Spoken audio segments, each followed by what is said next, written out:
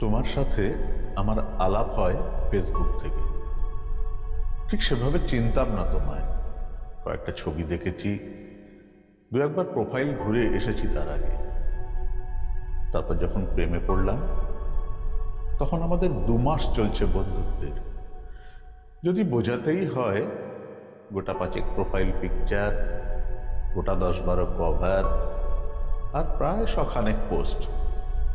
এই ছিল আমাদের সম্পর্কের টাইমলাইন।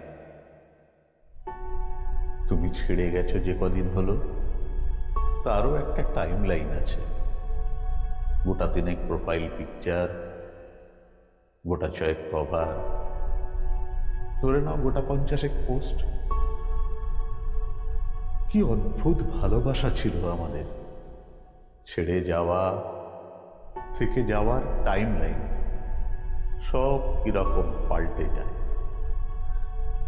তারপর যেদিন আমি তোমার ব্লক লিস্টে গেলাম, সেদিন থেকে কত লেখা লিখেছি, কত পোস্ট শেয়ার করেছি।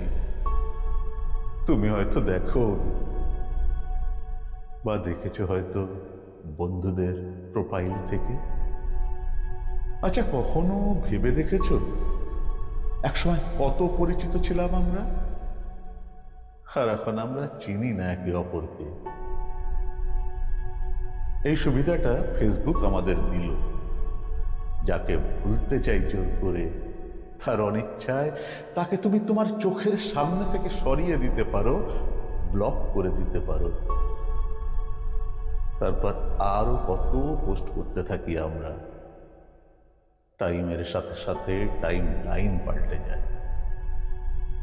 কিন্তু ভেবে দেখেছো কি, এক সময় তুমি যাকে চাইলে নির্দ্বিধায় তাকে এমন পর্যায়ে ঠেলে দিলে আর কোনো দিনই কথা হবে না।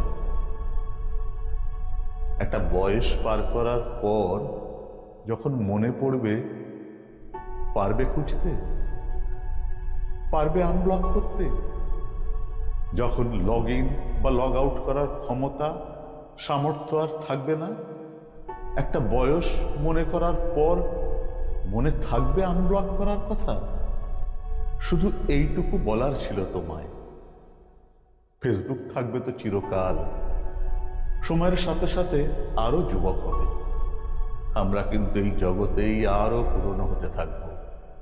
তখন চাইলেও ব্লক লিস্ট থেকে আর ফ্রেন্ড লিস্টে যেতে পারবো না। জীবন এরকমই। ছেড়ে যাও যদি তুমি চাও, থেকে যাও যদি তুমি চাও, ভুলে যাও যদি তুমি চাও। মনে যদি থাকে, মনে থাকবে। জোর করে মুছে দিলে ফিরিয়ে আনা যায় না। একদিন সবাই পাসওয়ার্ড ভুলে যায়, তা জীবনের হোক বা ফেসবুকে। তখন কিন্তু চাইলেও আর ফিরিয়ে আনা যায় না। সম্পর্ক না থাক, সংযোগ যেন থেকে যায়। ওটা রাখতে হয়, ওটা রাখতেই হয়।